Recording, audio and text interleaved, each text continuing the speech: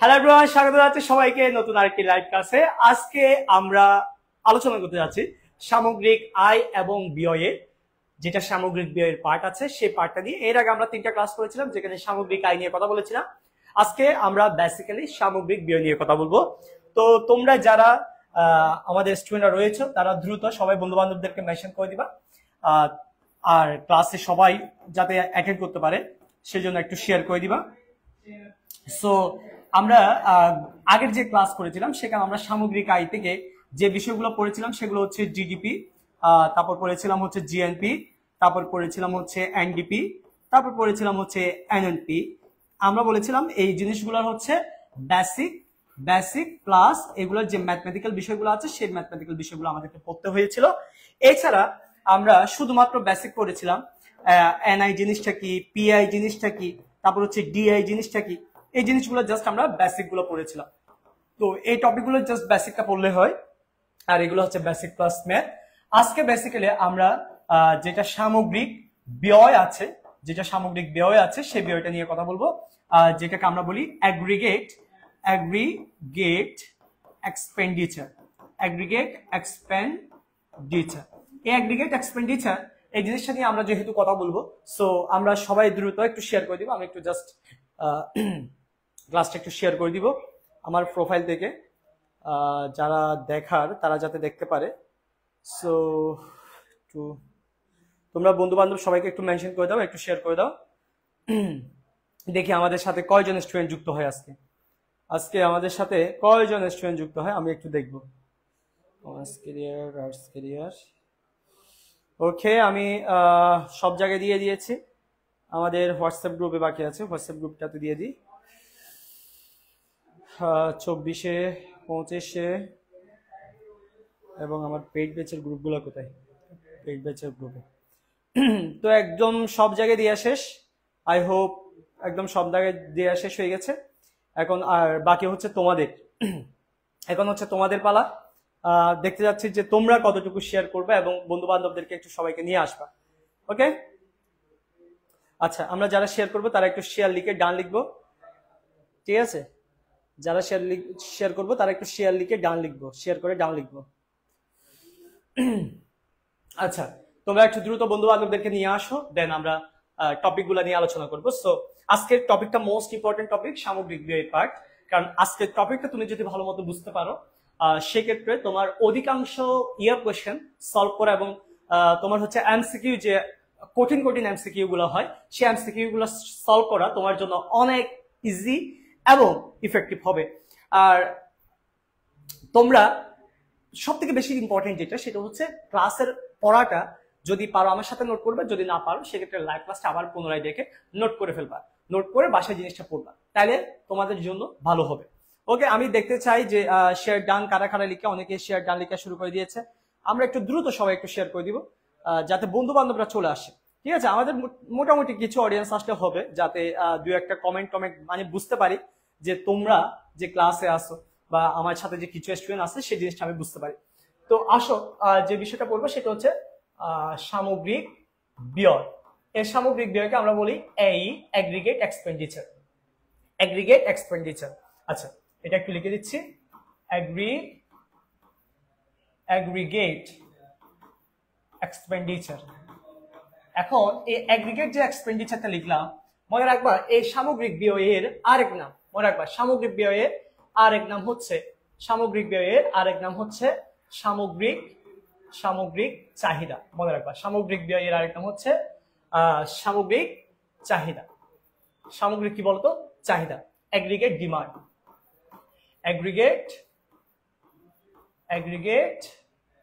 Demand, ঠিক আছে? সামগ্রিক ব্যয়ের আরেক নাম হচ্ছে সামগ্রিক চাহিদা। তো এই জিনিসটা বোঝার জন্য আমাদের সব থেকে যেটা বেশি ইম্পর্টেন্ট সেটা হচ্ছে এই সামগ্রিক ব্যয় জিনিসটা কি। সামগ্রিক ব্যয় জিনিসটা হচ্ছে একটা দেশের মধ্যে দেখো, একটা দেশের মধ্যে কিছু আছে হচ্ছে ব্যক্তি, মানে ব্যক্তি কেন্দ্রিক খরচ করে, কিছু আছে ব্যবসা প্রতিষ্ঠান যারা টাকা খরচ করে, এরপর আছে হচ্ছে সরকার যারা টাকা খরচ করে। অর্থাৎ একটা দেশের মধ্যে এরকম তিনটা সত্তা আছে। অর্থাৎ আমাদের মতো সাধারণ যারা ব্যক্তি আছে তারাও টাকা খরচ করে, আবার ব্যবসা প্রতিষ্ঠান যারা আছে তারাও টাকা খরচ করে, দেশের যে সরকার দেশ পরিচালনা করে তারাও কিন্তু টাকাটা খরচ করে। অর্থাৎ তিনটা সত্তার মাধ্যমে একটা দেশের পুরা যে অর্থ সে অর্থটা ব্যয় হয়। তাহলে একটু সবাই কমেন্টে লিখবো যে একটা দেশের মধ্যে ব্যয় করার সত্তা আছে কয়টা, সবাই একটু কমেন্টে লিখবো দ্রুত। একটা দেশের মধ্যে ব্যয় করার সত্তা আছে কয়টা, অর্থাৎ কয়টা সত্তা থেকে বা কয়টা অপশন আছে যে ব্যয় করতে পারে, ব্যয় করে, এরকম কয়টা অপশন আছে সবাই একটু কমেন্টে লিখবো দ্রুত দ্রুত লিখবো। অর্থাৎ একটা দেশের মধ্যে ব্যয় করার মতো তোমার সত্তা বা উপাদান আছে হচ্ছে তিনটা। তো ব্যক্তি কেন্দ্রিক যে টাকাটা খরচ করে, একটু কথা মনে রাখবা, ব্যক্তি কেন্দ্রিক যে টাকাটা খরচ করে সেটাকে আমরা বলি সি, ব্যবসা কেন্দ্রিক যে টাকাটা খরচ করে সেটাকে আমরা বলি আই, সরকার কেন্দ্রিক যে টাকাটা খরচ করে সেটাকে আমরা বলি জি। এখন অনেকের কাছে প্রশ্ন হচ্ছে স্যার সি মানে কি, আই মানে কি, জি মানে কি, সি মানে কি, আই মানে কি, জি মানে কি, এখন অনেকের কাছে প্রশ্ন চলে আসে না। এই সি মানে হচ্ছে consumption, consumption, consumption expenditure, consumption expenditure. আর এই আই মানে হচ্ছে investment, investment expenditure, investment expenditure. এরপর হচ্ছে জি মানে হচ্ছে গভর্নমেন্ট, গভর্নমেন্ট এক্সপেন্ডিচার। অর্থাৎ একটা দেশের মধ্যে এই তিনটা জায়গায় টাকাটা খরচ হয়ে থাকে, যেটাকে আমরা বলেছি কনজাম্পশন এক্সপেন্ডিচার। এটাকে বাংলায় বলা হয়, ভোগ ব্যয়, এটাকে বাংলায় বলা হয় ভোগ ব্যয়। আর যেটা ব্যবসা প্রতিষ্ঠান টাকা খরচ করে এটাকে বলা হয় বিনিয়োগ ব্যয়, বিনিয়োগ ব্যয়। আর যেটা সরকার খরচ করে সেটাকে বলা হয় সরকারি ব্যয়।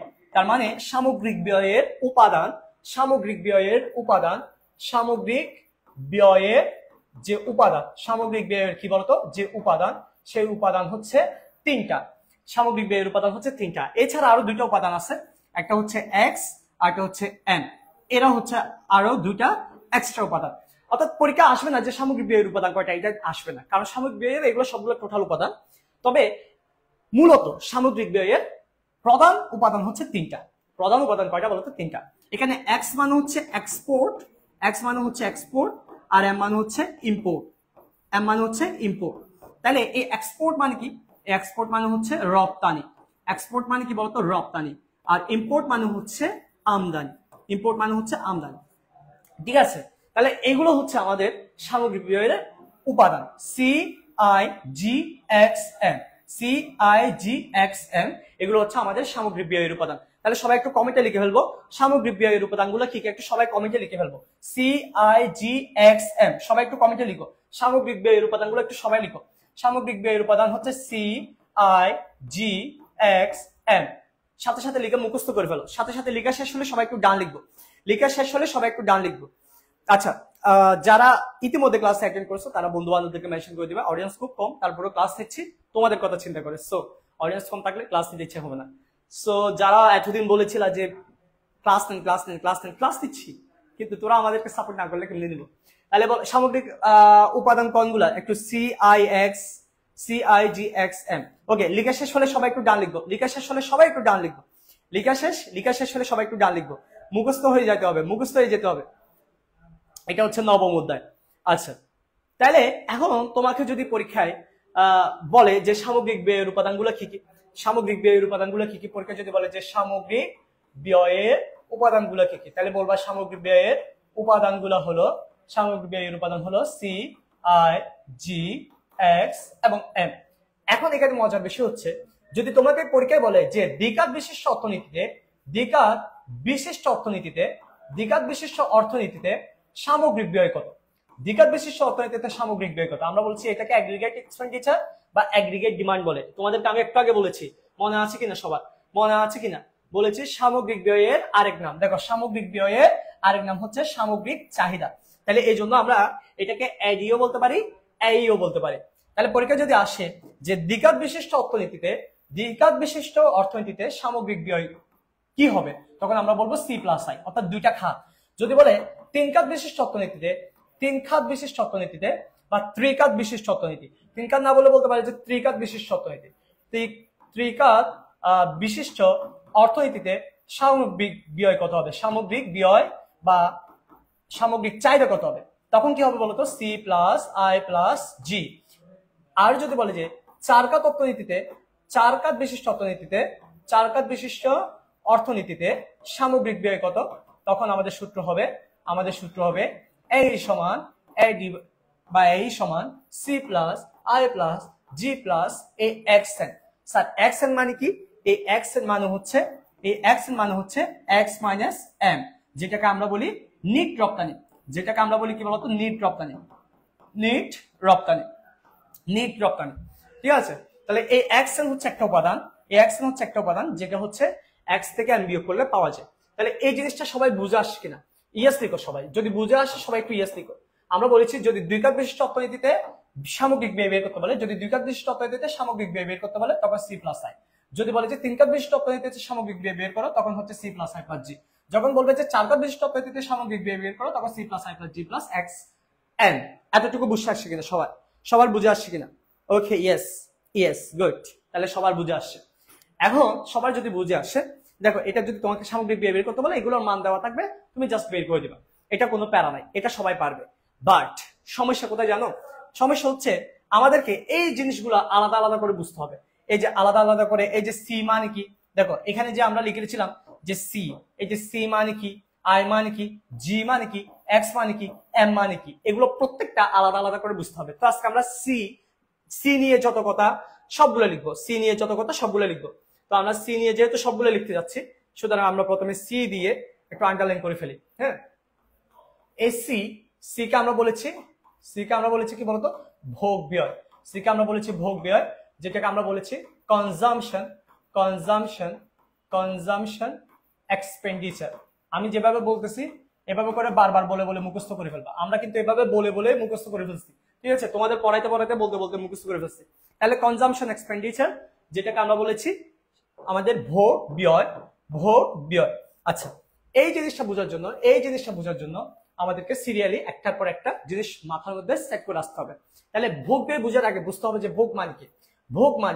ভোগ ব্যয় বোঝার আগে কি বুঝতে হবে বলতো? ভোগ মানে কি? সবাই লিখে ফেলো, কোন দ্রব্য বা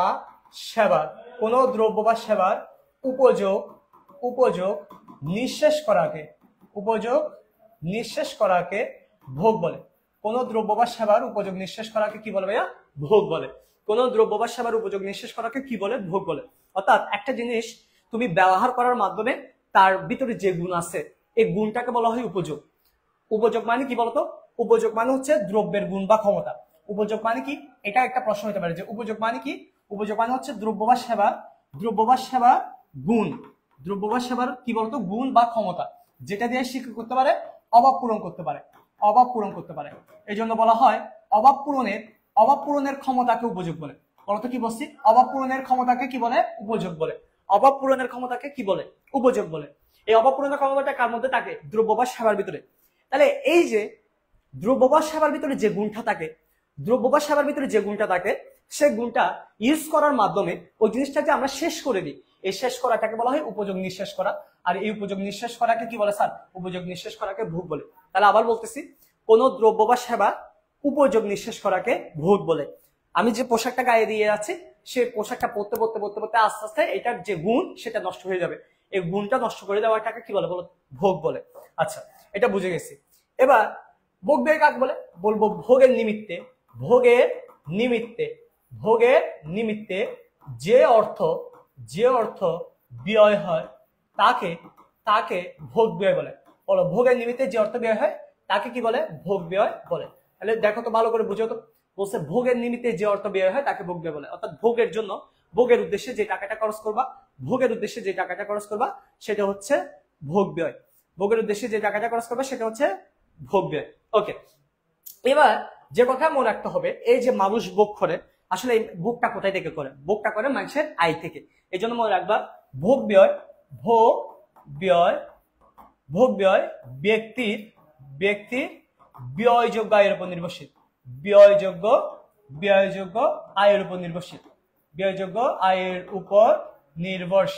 আচ্ছা, ব্যক্তির ব্যয়যোগ্য আয়ের উপর নির্ভরশীল। এখানে একটু জিনিসটা খেয়াল করতে হবে যে ব্যয়যোগ্য আয় বলছে, কিন্তু ব্যয়যোগ্য আয় অনেকে কনফিউজ করার জন্য তোমাকে বলতে পারে ভোগ ব্যক্তির ব্যক্তিগত আয়ের উপর নির্ভরশীল। ব্যক্তিগত আয় নয়, কিন্তু মনে রাখবা, এখানে একটা কথা মনে রাখবা, মোস্ট ইম্পর্টেন্ট কথা, ভোগ ভোগ ব্যয়যোগ্য আয়ের উপর, সরি, ব্যক্তিগত আয়ের উপর নির্ভর করে না। ভোগ ভোগ ভোগ ব্যক্তিগত আয়ের উপর নির্ভর করে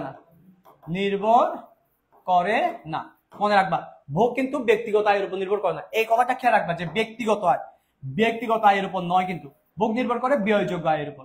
এই ব্যক্তিগত আয় এবং ব্যয়যোগ্য আয়ের মধ্যে পার্থক্য আছে। একটা হচ্ছে পিআই যেটা পার্সোনাল ইনকাম ব্যক্তিগত আয়, আর একটা হচ্ছে ডিআই যেটা ডিসপোজেবল ইনকাম যেটা ব্যয়যোগ্য আয়। তো এই জিনিসটা বোঝার জন্য তোমরা তৃতীয় ক্লাসটা দেখলে হবে, তৃতীয় ক্লাসটা, এর আগে যে ক্লাসগুলো আছে তার মধ্যে তৃতীয় ক্লাসটা দেখলে হয়ে যাবে। আচ্ছা, এই দুটার মধ্যে যে পার্থক্য আছে সেটা তাহলে মনে রাখো। কি বলেছি এখানে? বলছি দ্রব্য বা সেবার উপযোগ নিঃশ্বাস করাকে ভোগ বলে, আর ভোগের জন্য যে টাকাটা খরচ করে সেটা হচ্ছে ভোগ ব্যয়, আর ব্যক্তির যে ভোগ ব্যয় সেটা ব্যয়যোগ্য আয়ের উপর নির্ভর করে। এখন দেখো এখানে ইম্পর্টেন্ট একটা জিনিস আছে যে ব্যয়যোগ্য আয়ের উপর নির্ভর করে, ঠিক আছে। তাহলে আমি তোমাদেরকে বললাম যে তোমার যে টাকাটা খরচ করবে সেটা তোমার ব্যয়যোগ্য আয়ের উপর নির্ভর করে, অর্থাৎ তোমার ইনকামের উপর। ব্যয়যোগ্য আয়ের কথাটা বাদ দিলে আমরা শুধুমাত্র কি পাচ্ছি? আয় পাচ্ছি না। তাহলে এবার বলি শুধু ভোগটা হচ্ছে আয়ের উপর নির্ভর করে। এখন তুমি চিন্তা করো যে একটা পরিবারের মধ্যে একজন মা, একজন বাবা আর একটা সন্তান আছে। এখন এই সন্তানটা চাকরি করে, ওই সন্তান চাকরি করার পর যে ইনকামটা করে, যে আয়টা করে, সেটা দিয়ে তাদের পরিবারটা চলে, অর্থাৎ তাদের পরিবারের ভোগ ব্যয়টা সম্পন্ন হয়। ধরে নাও কোনো কারণে এই ব্যক্তির চাকরিটা চলে গেছে, তাহলে বলো তারা কি ভোগ করবে নাকি ভোগ করবে না? তারা কি তাও ভোগ করবে নাকি করবে না? ইয়েস অর নো লিখো। তারা যদি ভোগ করে তাহলে ইয়েস লিখো, তারা যদি ভোগ না করে তাহলে নো লিখো। আমি কি বলছি আবার বুঝো। একটা পরিবারে তিনজন মানুষ আছে, মা, বাবা, একটা সন্তান আছে। এই সন্তান চাকরি করে, ইনকাম করে, ওই টাকা দিয়ে তারা ভোগ করে। এখন কোনো কারণে এই চাকরিটা চলে গেছে, তারা কি ভোগ করবে নাকি করবে না? তারা কি ভোগ করবে নাকি করবে না? হ্যাঁ, তারা কি ভোগ করবে নাকি করবে না? দেখি বলো, দ্রুত বলো। ইয়েস, তারা ভোগ করবে। ইয়েস, হ্যাঁ, তারা ভোগ করবে। তাহলে দেখো, মানুষের আয় থাকলেও তারা ভোগ করে, আয় না থাকলেও তারা কিন্তু একটা ভোগ করে, আয় থাকলেও করে, আয় না থাকলেও করে। তবে বিষয়টা হচ্ছে, এখন তুমি আমাকে যদি প্রশ্ন করো স্যার ইনকাম না থাকলে কেমনে গাবে, তাহলে আমি বলবো তোমাকে, এই যে ব্যক্তিটা চাকরি করতেছে, সে আগে যে চাকরি করছে সেখানে কিছু সঞ্চয় করছে, সে সঞ্চয়টা ভাঙায় খাবে, অথবা কারো থেকে ধার নিবে, অর্থাৎ ঋণ নিয়ে ভাঙায় খাবে। অর্থাৎ সে একটা নির্দিষ্ট সময় পর্যন্ত সে ইনকাম না থাকলেও সে একটা টাকা ভোগ করতে পারবে, তার অতীতের যে সঞ্চয়, সে সঞ্চয় খরচ করে অথবা কারো থেকে ধার করে বা ঋণ করে সে একটা টাকা ভোগ করবে, ন্যূনতম একটা টাকা ভোগ করবে। এই জন্য মনে রাখবা যে ভোগটা হচ্ছে দুই প্রকার। ভোগ কয় ধরনের বলতো? ভোগ দুই ধরনের। ভোগ কয় ধরনের? দুই ধরনের। একটা হচ্ছে স্বয়ংভূত ভোগ, একটা হচ্ছে কি বলতো? স্বয়ংভূত ভোগ, যেটাকে বলা হয় অটোনোমাস কনজাম্পশন, যেটাকে আমরা বলি এ, এবং আরটা হচ্ছে পরচিত ভোগ। তাহলে সবাই একটু কমেন্টে লিখবো, ভোগ হচ্ছে কয় প্রকার, সবাই একটু কমেন্টে লিখবো। ভোগ কয় প্রকার, সবাই একটু কমেন্টে লিখবো। ভোগ কয় প্রকার, সবাই একটু কমেন্টে লিখবো। ভোগ কয় প্রকার, সবাই একটু কমেন্টে লিখবো, দ্রুত কমেন্টে লিখো। ভোগ কয় প্রকার, সবাই একটু ভোগ কয় প্রকার দ্রুত কমেন্টে লিখো। ভোগ হচ্ছে দুই ধরনের, একটা হচ্ছে স্বয়ংভূত ভোগ, আর একটা হচ্ছে পরচিত ভোগ। তাহলে স্বয়ংভূত ভোগ কোনটা? যে ভোগ আয়ের উপর নির্ভর করে না, যে ভোগ আয়ের উপর নির্ভর করে না, তাকে স্বয়ংভূত ভোগ বলে। তাকে কি বলে স্যার? স্বয়ংভূত ভোগ বলে। তাহলে যে ভোগ আয়ের উপর নির্ভর করে না তাকে স্বয়ংভূত ভোগ বলে। আর যে ভোগ আয়ের উপর নির্ভর করে, তাকে পরচিত ভোগ বলে। তাকে কি বলে বলতো? পরচিত ভোগ বলে। তাকে পরচিত ভোগ বলে। তাহলে বলছি যে ভোগ আয়ের উপর নির্ভর করে না, তাকে স্বয়ংভূত ভোগ বলে, আর যে ভোগ আয়ের উপর নির্ভর করে তাকে পরচিত ভোগ বলে। এই জায়গাটা ক্লিয়ার কিনা সবাই একটু বলতো? এই জায়গাটা সবাই ক্লিয়ার কিনা? একটু দ্রুত বলতো। এই জায়গাটা ক্লিয়ার কিনা সবাই? এই জায়গাটা সবাই ক্লিয়ার কিনা? এই জায়গাটা সবাই ক্লিয়ার? ওকে, ক্লিয়ার। তাহলে আরেকটা লাইন মুখস্থ করো। স্বয়ংভূত ভোগকে আমরা এ দ্বারা প্রকাশ করি, পরাজিত ভোগকে আমরা বিওয়াই দ্বারা প্রকাশ করি। একটা এমসিকিউ শিখে রাখো, পরীক্ষা আসবে কোন ভোগ আই থেকে স্বাধীন, কোন ভোগ আই থেকে স্বাধীন। দেখি বলো তো তোমরা একটু কমেন্টে লিখো তো, কোন ভোগ আই থেকে স্বাধীন, কোন ভোগ আই থেকে স্বাধীন, কোন ভোগ আই থেকে স্বাধীন। স্বয়ংভূত ভোগ মানে এ নাকি পরচিত ভোগ বিওয়াই, জাস্ট এ আর বিওয়াই লিখো। কোন ভোগ আই থেকে স্বাধীন, আই থেকে স্বাধীন মানে কি আইকে গণে না, আইকে সে গণে না মানে আয়ের উপর কোনো তার সাথে কোনো প্রভাব নেই, আয়ের সাথে তার কোনো রিলেশন নাই। তাহলে কোন ভোগ আই থেকে স্বাধীন, দেখি বলো স্বয়ংভূত ভোগ নাকি পরচিত ভোগ, কোন ভোগ আই থেকে স্বাধীন, স্বয়ংভূত ভোগ নাকি পরচিত ভোগ? স্বয়ংভূত ভোগ। এবং সবাই লিখেছে এ স্বয়ংভূত ভোগ, গুড, ইয়েস। তাহলে আমরা কি একটা এমসিকিউ পারবো যে কোন ভোগ আই থেকে স্বাধীন জিজ্ঞেস করলে এটা আমরা পারবো। আচ্ছা, এবার এই স্বয়ংভূত ভোগ এবং পরচিত ভোগ, এই যে যেটা নির্ভরশীলতা দেখতে পাচ্ছি, যে ভোগের সাথে যে আয়ের নির্ভর করা নির্ভর না করা এরকম একটা যে সম্পর্ক দেখতে পাচ্ছি, মনে রাখবা এই যে ভোগের সাথে যে আয়ের মধ্যে নির্ভর করা না করা নিয়ে যে একটা নির্ভরশীলতার সম্পর্ক দেখতে পাচ্ছি, নির্ভরশীলতার যে সম্পর্ক, এরকম নির্ভরশীলতার সম্পর্ক দেখলে তার যদি কোনো গাণিতিক প্রকাশ দেওয়া যায়, তার যদি কখনো কি প্রকাশ দেওয়া যায়, গাণিতিক প্রকাশ দেওয়া যায়, তখন সেটাকে আমরা বলি অপেক্ষক। তখন আমরা সেটাকে কি বলি বলতো, অপেক্ষক। যেহেতু এটা ভোগ নিয়ে কথা, সুতরাং এটা হচ্ছে ভোগ অপেক্ষক। তাহলে এটা হচ্ছে কি বলতো, ভোগ অপেক্ষক, কনজাম্পশন ফাংশন। তাহলে পরীক্ষা যদি আসে ভোগ অপেক্ষক কাকে বলে, বলবো আয়ের সাথে ভোগের নির্ভরশীলতার সম্পর্কে গাণিতিক কি বলতো, প্রকাশকে ভোগ অপেক্ষক বলে, গাণিতিক প্রকাশকে ভোগ অপেক্ষক বলে। তাহলে আয়ের সাথে ভোগের নির্ভরশীলতা সম্পর্কের গাণিতিক প্রকাশকে কি বলে স্যার, ভোগ অপেক্ষক বলে। তাহলে পরীক্ষা যদি আসে ভোগ অপেক্ষক কাকে বলে, পারবো নাকি পারবো না, দেখি একটু লিখো তো, পারবো নাকি পারবো না, সবাই কি পারবো নাকি পারবো না, দেখি বলো তো সবাই, পারবা নাকি পারবা না, একটু দ্রুত বলো। আয়ের সাথে ভোগের নির্ভরশীলতা সম্পর্কের গাণিতিক প্রকাশকে ভোগ অপেক্ষক বলে, পারবো, গুড। আচ্ছা, এবার একটা লাইন মুখস্থ করো যে ভোগ অপেক্ষক হচ্ছে দুই প্রকার। ভোগ অপেক্ষকটা হচ্ছে কয় প্রকার বলতো, ভোগ অপেক্ষক হচ্ছে দুই প্রকার। এই ভোগ অপেক্ষক এটা হচ্ছে তোমার দুই প্রকার, ঠিক আছে। এই দুই প্রকারের মধ্যে একটা প্রকারকে বলা হয় স্বল্পকালীন ভোগ অপেক্ষক, স্বল্পকালীন ভোগ অপেক্ষক, আর একটা হচ্ছে দীর্ঘকালীন ভোগ অপেক্ষক, দীর্ঘকালীন ভোগ অপেক্ষক। আচ্ছা, তাহলে স্বল্পকালীন আর দীর্ঘকালীন ভোগ অপেক্ষক আমরা কেমনে চিনবো, সেই জিনিসটা আমি তোমাদেরকে একটু শিখাবো। আগে মুখস্থ করে যে ভোগ অপেক্ষক হচ্ছে দুই প্রকার, একটা স্বল্পকাল একটা দীর্ঘকাল। যদি মুখস্থ হয় সবাই একটু ইয়েস লিখো, জাস্ট মুখস্থ হলে সবাই একটু ইয়েস লিখেন, দ্রুত লিখেন, মুখস্থ হলে সবাই একটু ইয়েস লিখেন, যদি মুখস্থ হয় সবাই একটু ইয়েস লিখেন। ভোগ অপেক্ষক দুই প্রকার, স্বল্পকালীন দীর্ঘকালীন। যদি মুখস্থ হয় ইয়েস লিখেন, ওকে, ইয়েস। আচ্ছা, এখন কেমনে বুঝবো যে স্বল্পকালীন কোনটা দীর্ঘকালীন কোনটা, কেমনে বুঝবো? দেখেন, একটা হচ্ছে স্বল্পকালীন ভোগ অপেক্ষক, আমার সাথে সাথে মুখস্থ করেন, স্বল্পকালীন ভোগ অপেক্ষক, আরেকটা হচ্ছে কি বলেছি, আরেকটা হচ্ছে দীর্ঘকালীন ভোগ অপেক্ষক, আরেকটা হচ্ছে দীর্ঘকালীন ভোগ অপেক্ষক। এখানে একটু বলতে ভুলে গেছিলাম, আমি জিনিসটা একটু মনে করে দিচ্ছি। এই যে আমরা যে বলেছি যে ভোগ অপেক্ষক মানে হচ্ছে নির্ভরশীলতা সম্পর্কের গাণিতিক প্রকাশ। দেখো, ভোগ অপেক্ষকটা হচ্ছে কি নির্ভরশীলতার সম্পর্কের গাণিতিক প্রকাশ। এখন এই যে আয়ের সাথে ভোগের নির্ভরশীলতা সম্পর্কের গাণিতিক প্রকাশকে যে ভোগ অপেক্ষক বলে, এই ভোগ অপেক্ষকটা দেখতে কেমন জানো?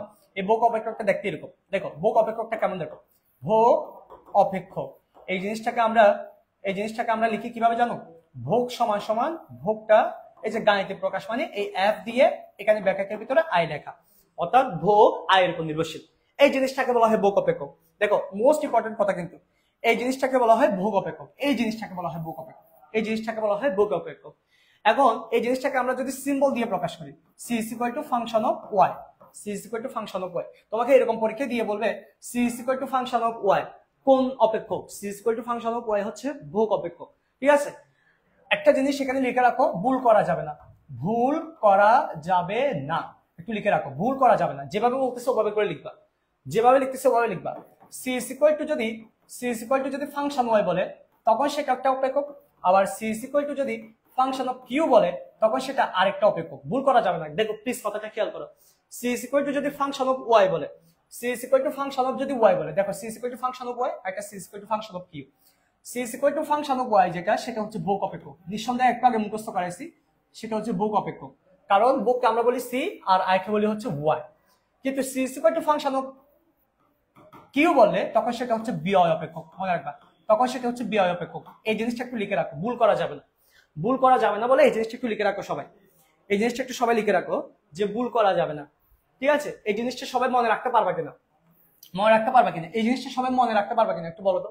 মনে রাখতে পারবা? মনে রাখতে পারবা? এটা কিন্তু খুব ইম্পর্টেন্ট কথা বলছি, যে C is equal to function of ভোগ অপেক্ষক আর C is equal to function of Q বিয় অপেক্ষক। এই জিনিসগুলো তোমাকে এভাবে ধরে ধরে পড়ানোর টিচার খুব কম, খুব কম বলতেছি, বারবার বলতেছি, কিন্তু এই জিনিসগুলো তোমাকে এরকম ফ্রিতে লাইভ ক্লাসে এসে পড়ানোর টিচার খুব কম। ইভেন তুমি কি জানো যে এই জিনিসগুলো এভাবে এত গুরুত্ব নিয়ে কেউ পড়ায় না, ঠিক আছে? আমি তোমাকে যখন পড়াচ্ছি তখন তুমি অবভিয়াসলি সিকিউতে তো প্রো হইবা, এবং আমি তোমাকে যখন পড়াবো তোমার কিন্তু বোর্ড কোশ্চেনের এমসিকিউ যত আছে সবকিছু শেষ করে দিব।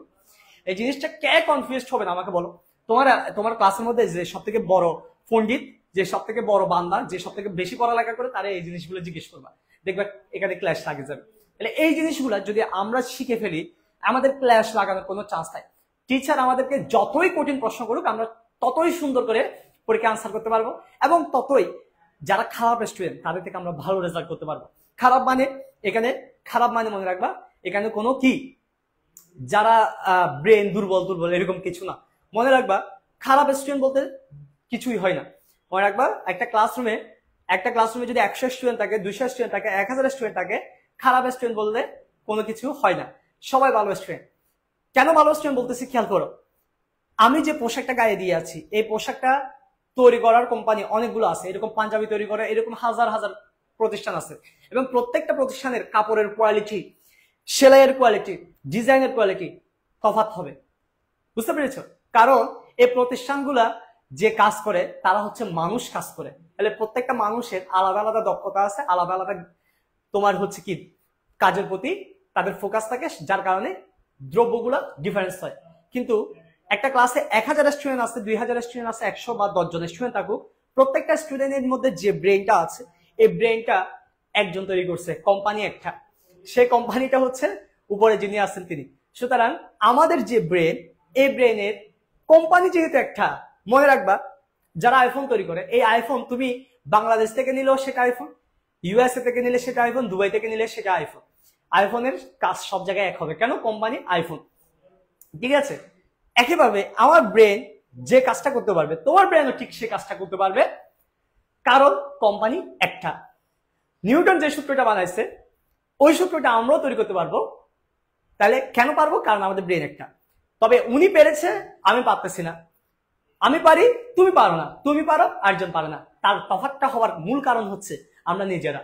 কারণ নিউটন তিনি তার ব্রেনকে যথাযথভাবে উপযুক্তভাবে ইউজ করেছেন, আর আমরা আমাদের ব্রেনটাকে যথাযথ বা উপযুক্তভাবে ইউজ করি না। আমরা শুধু মানুষে মানুষের দ্বন্দ্ব, মানুষে মানুষের হিংসা, মানুষে মানুষের লোভ, এসব কাজে আমাদের ব্রেনকে জড়াইতে প্রস্তুত, এবং সবসময় এগুলোতে লেগে থাকে। কারে কোন দিক মেরে দেওয়া যায়, কারে কোন দিক ক্ষতি করা যায়, এই সব কিছু নিয়ে চিন্তিত থাকি, যার কারণে আমাদের ব্রেন নিউটনের মতো সূত্র বানাতে পারে না, আইনস্টাইনের মতো এত বিশ্ববিখ্যাত হতে পারে না। সো আই হোপ আমরা যদি সবাই চেষ্টা করি, চেষ্টা করি ভালো স্টুডেন্ট হতে পারবো। কারণ একটাই ব্রেনের কোম্পানি। কয়টা? সবাই কমেন্টে লিখবা, ব্রেনের কোম্পানি হচ্ছে, কমেন্টে লিখো। সো নিজেকে ছোট ভাবার কোনো কারণ নেই, এই জিনিসগুলো আমরা অবভিয়াসলি শিখে ফেলবো, যাতে করে যারা পড়ালেখা করে না, অর্থাৎ যারা খারাপ নামে খারাপ স্টুডেন্ট, তাদের থেকে আমরা যাতে ডিফারেন্স নিজেদেরকে করতে পারি, এবং আমরা যাতে পরীক্ষা ভালো রেজাল্ট করতে পারি। সো দেখেন, আমরা যে কথাটা আছিলাম যে স্বল্পকালীন ভোগ অপেক্ষক, আই হোপ তোমরা মাথার মধ্যে রাখবা কথাগুলো, স্বল্পকালীন এবং দীর্ঘকালীন ভোগ অপেক্ষক। তো স্বল্পকাল সময় হচ্ছে এমন একটা সময় যেখানে স্বয়ংভূত ভোগ এবং পরিচিত ভোগ থাকে। আগে লিখে ফেলি তারপর বলতেছি। যে ভোগ অপেক্ষকে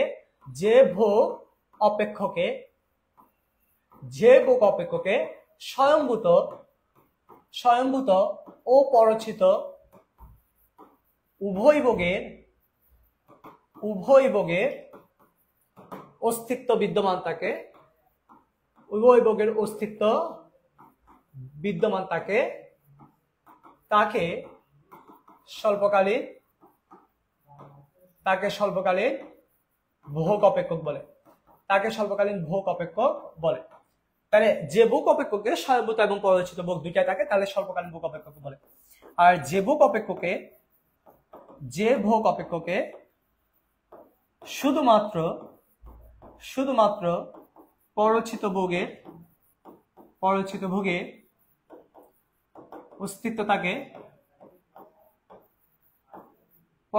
অস্তিত্ব থাকে তাকে দীর্ঘকালীন ভোগ অপেক্ষক বলে। তাহলে আমি যে কথাটা লিখেছি এই জিনিসটা তুমি যদি একটু খেয়াল করো, দেখো যখন স্বল্পকালের কথা বলি স্বয়ংভূত এবং পরিচিত দুই ধরনের ভোগ আছে। যখন দীর্ঘকালে বলেছিলাম শুধুমাত্র পরিচিত ভোগ থাকে। কেন এই জিনিসটা ঘটলো, আসলে কেন তফাৎটা হয়েছে? আচ্ছা, কেন তফাৎটা হয়েছে বুঝো। স্বল্পকালে আমি বলছি স্বয়ংভূত ভোগ কোনটা, যেটা আয় না থাকলেও যে টাকাটা আমরা খরচ করতে পারি। আয় না থাকলেও আমি যে টাকাটা খরচ করতে পারি সেটা হচ্ছে স্বয়ংভূত ভোগ, যেটা হচ্ছে আয়ের উপর নির্ভর করে না। কই জানিছিল? এই যে যেটা হচ্ছে আয়ের উপর নির্ভর করে না, অর্থাৎ আয়ের উপর সে নির্ভর করে না। আর যেটা আয়ের উপর নির্ভর করে সেটা হচ্ছে পরিচিত ভোগ। তাহলে তুমি যদি আয়ের উপর নির্ভর না করো সেটা হচ্ছে স্বয়ংভূত ভোগ, আয়ের উপর নির্ভর করলে সেটা হচ্ছে পরিচিত ভোগ। আচ্ছা, আয়ের উপর যদি নির্ভর না করো তাহলে তুমি এই যে স্বল্পকাল এবং দীর্ঘকালের মধ্যে এখানে স্বয়ংভূত আছে এখানে নাই কেন? দেখো, তোমার যদি ইনকাম না থাকে তুমি কিছুদিন, 1 বছর বা 2 বছর, এরকম কয়েকটা দিন তোমার আগের যে সঞ্চয় আছে সেটা ভেঙে খাইতে পারবা। এটা ভেঙে খাওয়ার পর একসময় দেখবা যে সঞ্চয় শেষ। তুমি বলা যে স্যার সঞ্চয় শেষ, কি হয়েছে? আমি মানুষের থেকে টাকা ধার করবো। টাকা ধার করতে গেলেও তুমি একটা নির্দিষ্ট সময় ধার করার পর দেখবা যে কেউ আর তোমাকে টাকা ধার দিবে না। অর্থাৎ ওই সময় তুমি ইনকাম করলে খেতে পারবা, ইনকাম না করলে খেতে পারবা না। তাহলে আবার বলতেছি, একটা নির্দিষ্ট সময় তুমি ইনকাম না করলেও খেতে পারবা, মানুষের থেকে ধার কর্য করে খেতে পারবা। আর একটা সময় দেখা যাবে ইনকাম না থাকলে খেতে পারবে না। তাহলে ইনকাম থাকলে খাবা, না থাকলে খাবা না, সেটা হচ্ছে পরিচিত। ইনকাম না থাকলেও খেতে পারবা, সেটা হচ্ছে স্বয়ংভূত পেয়ে তোমার হচ্ছে স্বল্পকালে এই দুইটা জিনিস থাকে, অর্থাৎ তুমি ইনকাম না থাকলেও কিছুদিন খেতে পারবা। যতদিন পর্যন্ত খেতে পারবা ততদিন হচ্ছে স্বল্পকাল। এখানে কিন্তু 1 বছর বা 2 বছর না, মনে রাখবা যতদিন পর্যন্ত তোমার ইনকাম ছাড়া খেতে পারবা ততদিন বুঝবো তোমার মধ্যে স্বল্পকালীন ভোগ অপেক্ষক কার্যকর। আর ইনকাম না থাকলে খেতে পারবা না ততদিন বুঝবে তোমার হচ্ছে দীর্ঘকালীন ভোগ অপেক্ষক কার্যকর। তাহলে আমাদের যদি পরীক্ষায় বলে যে স্বল্পকালীন ভোগ অপেক্ষকটা কেমন, স্বল্পকালীন ভোগ অপেক্ষকটা কেমন, এই স্বল্পকালীন ভোগ অপেক্ষকটা হচ্ছে C = A + BY, অর্থাৎ এখানে দুইটা আছে। কিন্তু দীর্ঘকালীন ভোগ অপেক্ষকটা কেমন তোমরা একটু নিজেরা লিখো তো। দীর্ঘকালীন ভোগ অপেক্ষক আমি একটু দেখতে চাই যে তোমরা কি বুঝে গেছো। দীর্ঘকালে আমাদের যেহেতু শুধুমাত্র কি আছে, তোমরা তো দেখতে পাচ্ছ কি আছে, তাহলে এই দীর্ঘকালীন ভোগ অপেক্ষকটা কেমন হবে দেখি সবাই একটু কমেন্টে লিখো। দীর্ঘকালীন ভোগ অপেক্ষক। ওয়ালাইকুম আসসালাম, এতক্ষণ পরে আশ্বাস।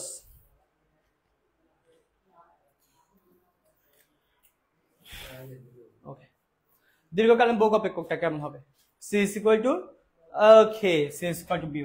তাহলে আমরা বুঝে গেছি স্বল্পকালীনে হচ্ছে C = A + BY, আর দীর্ঘকালে হচ্ছে শুধু BY। C = A + BY আর দীর্ঘকালে হচ্ছে শুধু C = BY। তাহলে কয় ধরনের ভোগ অপেক্ষক আছে স্যার বলুন তো? 2 ধরনের ভোগ অপেক্ষক আছে, একটা হচ্ছে স্বল্পকালীন আর একটা হচ্ছে দীর্ঘকালীন। একটা হচ্ছে স্বল্পকালীন আর একটা হচ্ছে কি দীর্ঘকালীন। ওকে, ক্লিয়ার সবাই এতটুকু? সবাই ক্লিয়ার এতটুকু? সবাই ক্লিয়ার? ওকে, সবাই ক্লিয়ার কিনা এতটুকু দেখি বলো তো সবাই। ওকে, সবাই তো লিখছে C = BY, এই তো এটাই তো দরকার, এটাই দরকার। গুড।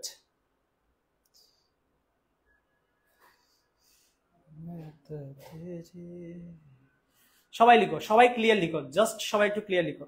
আমি দেখতে চাই সবাই ক্লিয়ার কিনা।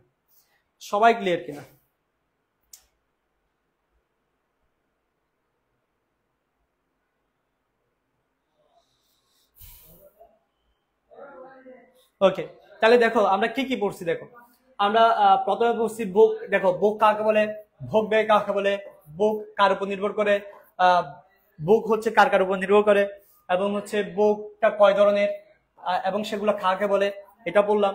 তারপর হচ্ছে তোমার এই ভোগ অপেক্ষক কাকে বলে, ঠিক আছে। এরপর ভোগ অপেক্ষক কয় প্রকার এবং কি সেগুলো পড়লাম। এইগুলো হচ্ছে আমাদের এখন পড়লাম। এবার তোমাদের পরীক্ষায় যদি আমি তোমাদেরকে যদি বলি C = 100 + 0.5y। এটা যদি একটা ভোগ অপেক্ষক হয়, দেখি বলতো এটা কোন কালীন ভোগ অপেক্ষক, এটা কি স্বল্পকাল নাকি দীর্ঘকাল? এটা কি স্বল্পকাল নাকি দীর্ঘকাল? যদি স্বল্পকাল হয় এস লিখো, দীর্ঘকাল হলে এল লিখো। এস মানে শর্ট রান, এল মানে হচ্ছে লং রান। দেখি এটা কি স্বল্পকাল নাকি দীর্ঘকাল? 0.5y, c is equal to 0.5y হতে ভোগ রেখা অঙ্কন করো, ভোগ রেখা অঙ্কন করো। ওকে, এস লিখেছো। আচ্ছা, স্বল্পকাল কেমনে বুঝছি স্বল্পকাল? কারণ এখানে দুইটা ভোগ আছে। স্বল্পকালে কি হয় বলতো? আমরা জানি স্বল্পকালে যেটা ভোগ অপেক্ষক এটা হচ্ছে c = a + b হয়। তাহলে এখানের মধ্যে যেহেতু দুইটাই ভোগ আছে, এখানের মধ্যে যেহেতু দুইটা ভোগ আছে, সেহেতু এটা হচ্ছে স্বল্পকালীন ভোগ অপেক্ষক। এখন এই ধরনের প্রশ্ন থেকে তুমি যদি ভোগ রেখা আঁকতে চাও, এই ধরনের প্রশ্ন থেকে তুমি যদি কি রেখা আঁকতে চাও বলতো? ভোগ রেখা আঁকতে চাও, তোমাকে কি করতে হবে? একটা সূচি লাগবে। রেখা আঁকতে গেলে একটা কি লাগবে বলতো? একটা সূচি লাগবে। রেখা আঁকতে গেলে আমার একটা কি লাগবে? আমার একটা তালিকা লাগবে। এই তালিকা থেকে আমরা দেখে দেখে কি করব? রেখাটা আঁকবো।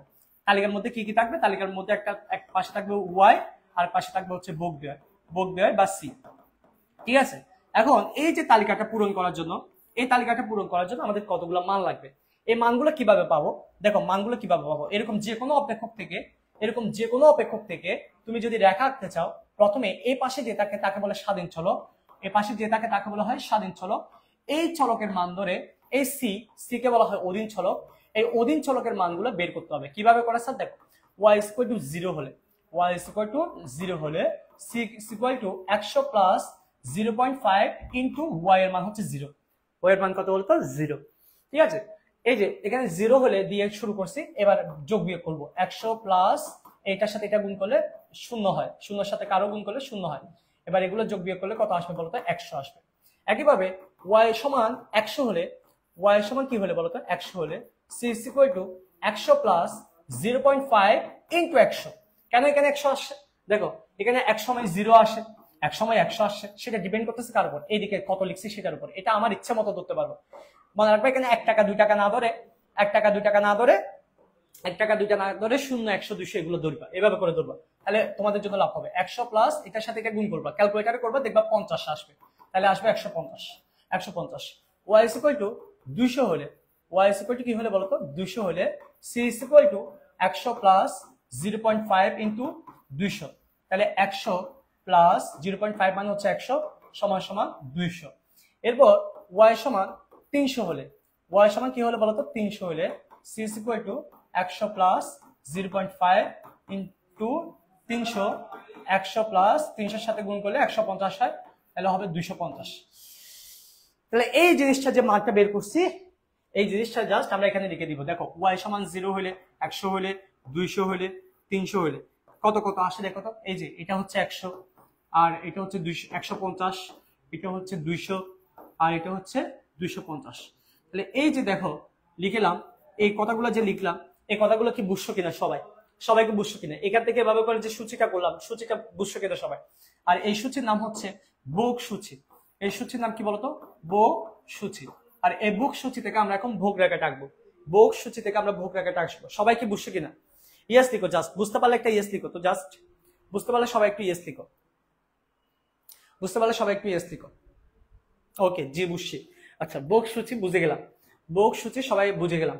আচ্ছা, এবার ভোগ সূচি যদি বুঝি, তাহলে ভোগ রেখা আমাদের জন্য কিছুই না। ভোগ রেখা এখন আমরা একদম বাচ্চাকালে যেভাবে রেখা আঁকতাম সেভাবে, প্রথমে একটা লম্ব দিতে হয়, তারপর একটা ভূমি দিতে হয়। মনে রাখবে যেটা আঁকতে বলে সেটা উপরে, ভোগ আঁকতে বলছে ভোগ উপরে, আর নিচে হচ্ছে ওয়াই। যেটা আঁকতে বলে সেটা উপরে, চাহিদা যোগান বলে নিচে। ঠিক আছে? সি আঁকতে বলছে, ভোগ রেখা মানে কি বলতো? সি আঁকতে বলছে।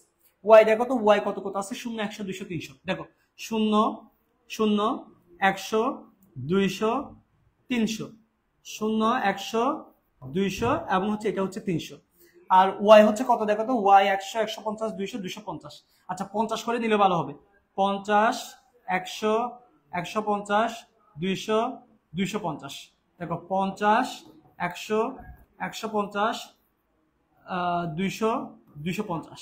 এখন অনেকে প্রশ্ন করতে পারো, স্যার 50টা কেন নিয়েছেন? 50টা নিয়েছি যাতে ডিফারেন্সটা সুন্দর হয়, এবং ভোগ রেখাটা সুন্দর হয়, ভোগ রেখাটা যাতে সুন্দর হয়। দেখো কিভাবে আঁকতেছি, দেখো এই যে আই যখন 0 তখন এটা হচ্ছে 100। দেখো আই হচ্ছে 0 কোথায়? আই হচ্ছে 0 এখানে। এই যে শূন্য হইলে এটা হচ্ছে 100, বুক রেখাটা হচ্ছে 100, এই বুক রেখাটা কোথায় 100 উপরে চলে গেছি। আচ্ছা এটা মুছে ফেলি। এই যে দেখো শূন্য থেকে 100 এই জায়গায় বিন্দু, ঠিক আছে, এই জায়গায় বিন্দু শূন্য থেকে, এই দেখো এইদিকে শূন্য হচ্ছে, এখানে শূন্য হচ্ছে এই জায়গা থেকে এই 100 এই জায়গায় বিন্দু, খেয়াল করবে এই জায়গায়। এটাই যদি 100 হয়, এটা হয় 150, দেখো এই 100 হলে 150, এই দেখো 150 আর এই হচ্ছে 100, অর্থাৎ এখানে যদি 100 হয় এটা হচ্ছে 150, এই জায়গায় বিন্দু, দুই জায়গায় পাই গেছি, দেখো ফোড়াগুলো দেখবা। এরপর এটা 200 হলে এটাও 200, দেখো এই 200 থেকে এই 200, ঠিক আছে, এই 200 থেকে এই 200 এই জায়গায় বিন্দু, ঠিক আছে। একটু এটা এই সাইডটা একটু মুছে ফেললে ভালো হবে, তাহলে আমাদের চিত্রটা আরো সুন্দর হবে। এরপর দেখো 300 হলে 250, এই যে 300 হলে 250, এই 250 থেকে এই জায়গায় হচ্ছে 300, এই 250 থেকে এই জায়গায় হচ্ছে 300, এই যে 300 হলে এভাবে করে হিসাব করবা, 300 হলে 250 এভাবে করে হিসাব করবা, ঠিক আছে। শেষ, বিন্দুগুলো নেওয়া শেষ। দেখো এখানে আমার কি কি বিন্দু পাইছি, দেখো একটা বিন্দু হচ্ছে এখানে, আরেকটা বিন্দু হচ্ছে কোনা কোনা, খেয়াল করবে, হ্যাঁ এই জায়গায় এই জায়গায়। তাহলে এই রেখাটা এই জায়গা থেকে এই জায়গায় যাবে, এই জায়গা থেকে এই জায়গায়, এই জায়গা থেকে এই জায়গায়, এটা হচ্ছে সি রেখা। এটা কি রেখা বলতো? সি রেখা বা ভোগ রেখা। তাহলে এটা হচ্ছে ভোগ রেখা, এবং ভোগ রেখা আঁকার পর একটা চিত্রে কি দিতে হয় বলতো? চিত্রের ব্যাখ্যা ফ্রি দিতে হয়, চিত্রের সাথে চিত্রের ব্যাখ্যা কি দিতে হয়? ফ্রি। লম্বকে কি, ভূমিকে কি, এগুলো তোমাদের আরো যে ক্লাসগুলো আছে সেগুলো যদি দেখো, তাহলে এই ভোগ রেখার ব্যাখ্যাটা তোমরা নিজেরা দিবা, এটা তোমরা নিজেরা দিবা। না পারলে আগের ক্লাসগুলো দেখে নিবা, ক্লাস না পাইলে সেক্ষেত্রে মেসেজ করবা, তাইলে আমরা বলে দিব যে কোথায় দেখে ক্লাসগুলো করতে হয়। ওকে, ক্লিয়ার সবাই ভোগ রেখাটা? সবাই ভোগ রেখাটা ক্লিয়ার? সবাই যদি ভোগ রেখাটা ক্লিয়ার থাকো, তাহলে আমি তোমাদেরকে আরো কিছু এক্সট্রা জিনিস শেখাচ্ছি, দেখো এখানে আমরা এক্সট্রা জিনিসটা কি শিখতেছি, দেখো এখানে আমরা চাইলে আরো দুইটা জিনিস আনতে পারি। একটা হচ্ছে দেখো, একটা হচ্ছে এ আর একটা হচ্ছে বিওয়াই, ঠিক আছে, এই দুইটা জিনিস আনতে পারি। এখানে এটা কিভাবে পাবো? যদি পরীক্ষা আঁকতে বলে, ভোগ রেখা আঁকতে বলে, এতটুকু শেষ। যদি বলে যে স্বয়ংভূত ভোগ আঁকো, দেখো স্বয়ংভূত ভোগ কোনটা? স্বয়ংভূত ভোগ হচ্ছে পরচিত ভোগ কোনটা? বিওয়াই। তাহলে যদি বলে যে স্বয়ংভূত ভোগ আঁকো, যদি বলে যে স্বয়ংভূত ভোগ, তাহলে এ আঁকতে হবে। যদি বলে যে পরচিত ভোগ, তাহলে হচ্ছে বি আঁকতে হবে। তাহলে এর মানটা কিভাবে পাবো? দেখো তো এর মান এখানে কত আছে? 100। এই 100টা সব জায়গায় ফিক্সড, মনে রাখবে। ইনকাম হলে 100 টাকা খাবো, ইনকাম না হলে 100 টাকা খাবো, এটাকে বলা হয় স্বয়ংভূত ভোগ, যেটা আয়ের উপর নির্ভর করে না, এটা সব জায়গায় ফিক্সড। তাহলে এখানে দেখো তো আমার মোট ভোগ ব্যয় কত, দেখো তো সির মান কত? 100। এখান থেকে যদি স্বয়ংভূত বাদ দিই, পরচিত কত? 0, অর্থাৎ আমার ইনকাম না থাকলে খাবো না। দেখো ইনকাম না থাকলে 0, কোনো খাবো না। এখানে টোটাল ভোগ কত? 150। 150 থেকে 100 বাদ দিলে কত? 50। অর্থাৎ আমার এটার মানে কি জানো? 100 টাকা ইনকাম হলে 50 টাকা খাবো, 100 টাকা ইনকাম হলে 50 টাকা খাবো। এই 200 টাকা ইনকামে দেখো আমার টোটাল ভোগ 200, স্বয়ংভূত যদি 100 হয়ে যায় আর থাকে কত? 100, অর্থাৎ আমার 200 টাকা ইনকাম হলে আমি 100 টাকা খাবো, অর্ধেক খাবো, অর্ধেক। একইভাবে দেখো এই যে এই 300 টাকা ইনকামে টোটাল ভোগ হচ্ছে 250, 250 থেকে 100 বাদ দিলে আর এটা থাকে 150, অর্থাৎ 300 টাকা ইনকাম হলে 150 টাকা খাবো। এখানে এই 0.5 মানে মনে রাখবা, এই যে এখানে 0.5 যেটা আছে, এই 0.5 মানে হচ্ছে 50%। 50% মানে অর্ধেক খাবো, 50 মানে অর্ধেক খাবো। দেখো ইনকাম না থাকলে খাচ্ছি না, ইনকাম থাকলে অর্ধেক খাচ্ছি। ইনকাম থাকলে যে অর্ধেক খাই, এটাকে বলা হয় পরচিত ভোগ। এটাকে বলা হয় কি বলতো? পরচিত ভোগ, যেটা আয়ের উপর নির্ভর করে। আর যেটা আয়ের উপর নির্ভর করে না সেটা হচ্ছে স্বয়ংভূত, যেটা সবসময় ফিক্সড। পরচিতটা কিভাবে পাইছে ভাইয়া? দরকার হলে এখানে লিখে রাখো, পরচিত ভোগটা বের করছি। এই যে এর মানটা হচ্ছে সবসময় 100, এটা ফিক্সড, এটা কোনো পরিবর্তন হবে না। আর বিওয়াইটা বের করছে কিভাবে? সি থেকে এ বিয়োগ করে। সি থেকে কি করে বলতো? এ বিয়োগ করে। কিভাবে সি থেকে এ বিয়োগ করছি? যদি সি সমান যদি এ প্লাস বিওয়াই হয়, তাহলে আমি যদি এই বিওয়াইটা বের করতে চাই, সি থেকে কি বিয়োগ করতে হবে? এ ওয়াই, অর্থাৎ বিওয়াই। তাহলে সি থেকে এ বাদ দিলে বিওয়াই পাওয়া যাবে। জাস্ট এভাবে করে আমরা এই বিওয়াইটা বের করছি। এখন আমাকে যদি বলে যে এই স্বয়ংভূত ভোগ রেখাটা আঁকো, এই যে স্বয়ংভূত ভোগ রেখাটা আঁকো, অর্থাৎ এর মানের ভোগগুলো আঁকো, তাহলে দেখো তো শূন্য ইনকামে 100, 100 ইনকামে 100, 200 ইনকামে 100, 300 ইনকামে 100। দেখো শূন্য ইনকামে, এই দেখো শূন্য ইনকামে 100, 100 ইনকামেও 100, এই জায়গায় বিন্দু, 200 ইনকামে 100, তাও এই জায়গায় বিন্দু, 300 ইনকামেও 100, তাও এই জায়গায় বিন্দু। তাহলে এই যে দেখো এই রেখাটা একদম ভূমি অক্ষের সমান্তরাল, এটাকে বলা হয় স্বয়ংভূত ভোগ রেখা। এটাকে বলা হয় কি বলতো? স্বয়ংভূত ভোগ রেখা। তাহলে দেখো এটা হচ্ছে ভোগ রেখা, আর এটা হচ্ছে স্বয়ংভূত ভোগ রেখা। স্বয়ংভূত ভোগ রেখা, ঠিক আছে, স্বয়ংভূত ভোগ রেখা। এরপর খেয়াল করো, যদি বলে যে বিওয়াই আঁকো, এই যে বিওয়াইটা আঁকো, এই অংশটা আঁকো, তখন কি হবে? দেখো বিওয়াই যদি আঁকতে বলে তখন কি হবে? আচ্ছা বিওয়াই যদি আঁকতে বলে, দেখো এটা i0 হলে বিওয়াই কত? 0। দেখো i0 হলে বিওয়াই 0, দেখো আইও 0 বিওয়াইও 0, মানে সি, এখানে সি এ বিওয়াই দুইটাই দিই, বিওয়াই হচ্ছে এখানে 0। 100 হলে কত? এই 100 হলে এটা হচ্ছে 50। দেখো এই 100 হলে 50, এই যে দেখছো 50-এর কাজটা আসছে, 100 হলে 50, এই জায়গায় 50-এর কাজটা আসছে। 200 হলে কত বলতো? 200 হলে, সরি 200 হলে এখানে কত? 100। এই যে আই এর সাথে বিওয়াই, 200 হলে এটা কত? 100। এই 200 হলে, এই যে দেখো 200 হলে 100, এটা হচ্ছে বিওয়াই এর বিন্দু, এটা 3 নম্বর বিন্দু। 300 হলে কত? 300 হলে 150, এই দেখো 300 হলে, এই 300 হলে এখানে 150, এই জায়গায় বিন্দু। তাহলে এই যে তিনটা বিন্দু পাইলাম, একটার সাথে একটা যখন যোগ করে দিব, একটার সাথে একটা যখন যোগ করে দিব, তখন এই যে রেখাটার নাম, এই রেখাটার নাম হচ্ছে, এই রেখাটার নাম হচ্ছে বিওয়াই, যেটাকে আমরা বলি পরচিত ভোগ, যেটাকে আমরা বলি কি বলতো? পরচিত ভোগ রেখা, পরচিত ভোগ রেখা। Okay sir? ওকে, সবাই বুঝছেন? পরচিত ভোগ রেখা সবাই বুঝছেন? পেন্সিল দিয়ে আঁকতে হবে, পেন্সিল আর স্কেল দিয়ে আঁকবা, পেন্সিল আর স্কেল দিয়ে আঁকবা, ঠিক আছে? এটা ফ্রি হ্যান্ড না, কিন্তু স্কেল দিয়ে আঁকবা। ফ্রি হ্যান্ড রেখা শুধু পিপিসি, পিপিসি কে ফ্রি হ্যান্ড রাখতে হয়, বাকিগুলো হচ্ছে তোমার স্কেল দিয়ে করবা। স্কেল দিয়ে করলে এগুলো সোজাসুজি আসবে। দেখো একদম আমার সোজাসুজি আসে। তাহলে আমরা এখানে তিনটা বক রেখা পাইছি। একটা হচ্ছে টোটাল বক রেখা, দেখো একটা হচ্ছে টোটাল বক রেখা, ভালো করে খেয়াল করবা, একটা হচ্ছে টোটাল বক রেখা সি, একটা হচ্ছে পরচিত বক রেখা, একটা হচ্ছে স্বয়ংভূত বক রেখা। স্বয়ংভূত বক রেখা, এদের প্রত্যেকটার আলাদা আলাদা যে বৈশিষ্ট্যগুলো আছে, সেই জিনিসগুলো আমাদেরকে একটু একটু করে মনে রাখতে হবে। যেমন এই যে স্বয়ংভূত বক রেখা, এই স্বয়ংভূত বক রেখাটা হচ্ছে মনে রাখবা ভূমি অক্ষের সমান্তরাল। স্বয়ংভূত বক রেখা ভূমি অক্ষের সমান্তরাল, ভূমি অক্ষের সমান্তরাল। তাহলে স্বয়ংভূত বক রেখা কার সমান্তরাল বলতো? ভূমি অক্ষের সমান্তরাল। স্বয়ংভূত বক রেখা ভূমি অক্ষের সমান্তরাল। পরচিত বক রেখা, পরচিত বক রেখা মূল বিন্দু থেকে ঊর্ধ্বগামী, মূল বিন্দু থেকে ঊর্ধ্বগামী। পরচিত বক রেখা মূল বিন্দু থেকে কি বলতো? ঊর্ধ্বগামী। পরচিত বক রেখা মূল বিন্দু থেকে ঊর্ধ্বগামী। আর মোট বক ব্যয় রেখা, ভোগ ব্যয় রেখা মূল বিন্দুর উপর থেকে, মূল বিন্দুর উপর লম্ব অক্ষ হতে ঊর্ধ্বগামী, লম্ব অক্ষ হতে ঊর্ধ্বগামী।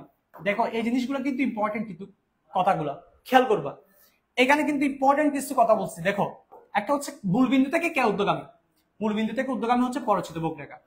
মূল বিন্দুর উপর লম্ব অক্ষ থেকে কে ঊর্ধ্বগামী, এটা হচ্ছে বক ব্যয় রেখা। আর ভূমি অক্ষের সমান্তরাল কে? ভূমি অক্ষের সমান্তরাল হচ্ছে স্বয়ংভূত বক রেখা। তাহলে এই জিনিসগুলো খেয়াল রাখবা, এই জিনিসগুলো খেয়াল রাখবা। স্বয়ংভূত বক রেখা হচ্ছে ভূমি অক্ষের সমান্তরাল, দেখো ভূমি অক্ষের সমান্তরাল। এরপর হচ্ছে পরচিত বক রেখা কি? দেখো তো পরচিত বক রেখাটা এই মূল বিন্দু থেকে একদম গোড়া থেকে ঊর্ধ্বগামী, গোড়া থেকে ঊর্ধ্বগামী। আর এটা হচ্ছে মূল বিন্দুর উপর, দেখো মূল বিন্দুর উপর এখান থেকে শুরু হয়েছে, লম্ব অক্ষ থেকে ঊর্ধ্বগামী।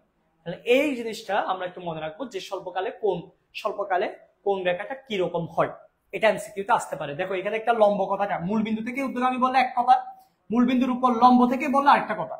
একটু করে একটা কথা তোমাকে যদি ঘুরাই বলে, একটু করে যদি একটা কথা ঘুরাই বলে, সেক্ষেত্রে তুমি কিন্তু কেস খাই যেতে পারো। সো এই জন্য আমরা কিন্তু be careful about all thing. একটা শব্দ তুমি কিন্তু মনে রাখবে, একটা শব্দ কিন্তু এগুলো গুরুত্বপূর্ণ, ঠিক আছে? বক রেখা যদি আঁকতে পারো, দেখবে যেরকম বক রেখা আমাদের অনেকগুলো বলছে। বক রেখা কয়টা বলছে তুমি নিজেও কল্পনা করতে পারবে না, যে কতগুলো বক রেখা আঁকতে বলছে, কতগুলো ইয়ার কোশ্চেনে বক রেখা আঁকতে বলছে, তুমি কল্পনা করতে পারবে না।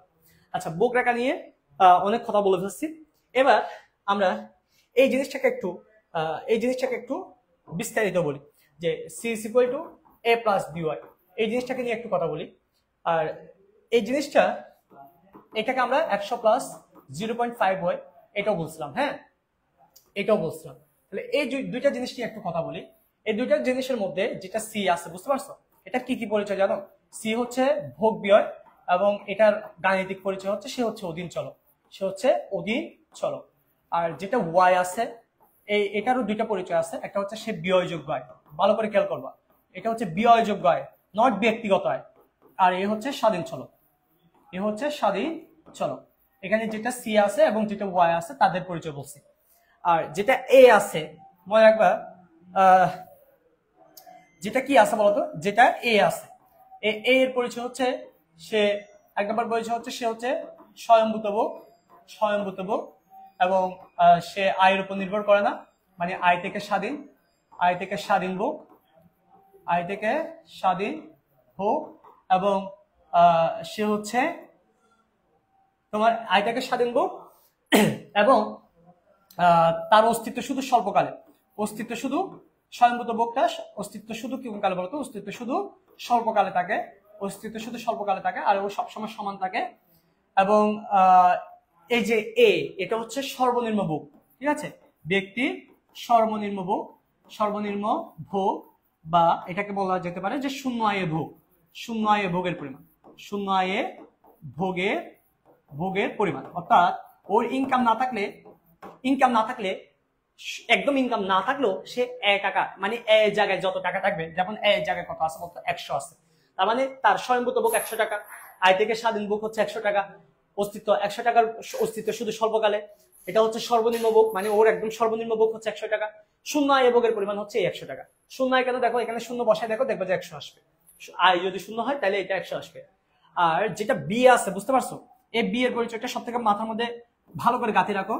এই বি এর পরিচয়টা হচ্ছে, বি এর পরিচয় হচ্ছে এ হচ্ছে প্রান্তিক ভোগ প্রবণতা, প্রান্তিক ভোগ প্রবণতা, এটাকে বলা হয় MPC. MPC marginal propensity to consume, লিখে দিচ্ছি marginal propensity to consume, marginal propensity to consume. মনে রাখবা এর মান, বি এর মান শূন্য চেয়ে বড়, শূন্য অপেক্ষা বড়, এক থেকে ছোট। মনে রাখবা এমপিসি, এই যে বি এর মান, বি এর আরেক নাম হচ্ছে কি বলতো, বি বা এমপিসি। এই বি বা এমপিসি এটার মান হচ্ছে শূন্য চেয়ে বড় হবে কিন্তু একের চেয়ে ছোট হবে। এই জিনিসটাকে আমরা পরীক্ষায় এভাবে বলে যে শূন্য চেয়ে বড় হচ্ছে এমপিসি কিন্তু একের চেয়ে ছোট, একের চেয়ে কি বলতো ছোট। অথবা এইটাকে, ও আচ্ছা এমপিসি লিখি নাই, এটা হচ্ছে এমপিসি, এটা হচ্ছে একের চেয়ে ছোট। অথবা এটাকে এমন ভাবে বলতে পারি যে এক এমপিসি গ্রেটার দেন 0, এভাবে বলতে পারে। অথবা এটাকে আমরা এভাবে বলতে পারি যে এক বি গ্রেটার দেন 0 বা 0, এভাবে করে বলা যেতে পারে। তাহলে দেখো এভাবে করে কিভাবে করে লিখছি, এগুলো জিনিসগুলো দেখবা, এগুলো এমসিকিউ আকার তোমার কাছে থাকবে, এমসিকিউ আকার থাকবে যে এটার মান হচ্ছে শূন্য চেয়ে বড়, একের চেয়ে ছোট। দেখো এখানে এই যে বি এর জায়গায় কত আছে 0.5, বি এর জায়গায় কত আছে বলতো 0.5, তাহলে এটা হচ্ছে এই 0.5টা শূন্য চেয়ে বড়, এই বি এর মানটা হচ্ছে শূন্য চেয়ে বড়, 0.5টা বড় কিন্তু একের চেয়ে কি বলতো একের চেয়ে ছোট। তাহলে এটা হচ্ছে এমপিসির মান। এটা সবসময় এরকম ঘটবে, অর্থাৎ এটা হচ্ছে একের বড় হইতে পারবে না, আবার শূন্য চেয়ে কম হইতে পারবে না, নেগেটিভ হইতে পারবে না। তাহলে এই জিনিসগুলো যদি মনে রাখি আমাদের এমসিকিউ আটকাতে পারবে না। এই জিনিসগুলো যদি আমরা মনে রাখি আমাদের এমসিকিউ একটাও ভুল হবে না এমসিকিউর জন্য। এটা হচ্ছে এমসিকিউর জন্য বলে দিলাম, ঠিক আছে, এমসিকিউর জন্য বলে দিলাম, এই জিনিসটা হচ্ছে এমসিকিউর জন্য বলে দিলাম, ঠিক আছে। তাহলে এই জিনিসগুলো যদি আমরা মনে রাখতে পারি তাহলে আমাদের ভোগ নিয়ে আর কোনো প্যারা নেই। সবাই বুঝছো? সবাই না, আজকে হবে না। আচ্ছা সবাইকে বুঝতে পারছি? আমরা কি সবাই বুঝতে পারছি? এই জিনিসগুলো বুঝতে পারছি? এই জিনিসগুলো বুঝার কিছু নাই, যদি বুঝতে চাও বুঝেও নিতে পারো, এগুলো রিডিং করা বুঝতে বুঝে যায়। আগের কথাগুলো যদি বুঝতে পারো এগুলো বুঝে নেওয়া যায়, আর যদি আগের কথা বুঝতে না পারো সেক্ষেত্রে তুমি জাস্ট মুখস্থ করে ফেলবা যে এটা এটা এটা এটা। আচ্ছা এখানে একটা পড়ার জিনিস আছে, যে মুখস্থ করার জিনিস আছে, সেটা হচ্ছে প্রান্তিক ভোগ প্রবণতা কাকে বলে। প্রান্তিক ভোগ প্রবণতা কাকে বলে, তাহলে এমপিসি কাকে বলে একটু লিখে দিচ্ছি, এমপিসি কাকে বলে একটু লিখে দিচ্ছি। যদি এমপিসি কাকে বলে আসে পরীক্ষা, যদি আসে এমপিসি কি বা এমপিসি কাকে বলে, এটা যদি পরীক্ষা আসে তখন কি লিখবো? লিখবো হচ্ছে আয়ের এক একক পরিবর্তনের ফলে, আয়ের এক একক পরিবর্তনের ফলে, আয়ের এক একক পরিবর্তনের ফলে ভোগের যে পরিবর্তন হয়, ভোগের যে পরিবর্তন হয় তাকে প্রান্তিক ভোগ প্রবণতা বলে, তাকে প্রান্তিক ভোগ প্রবণতা বলে।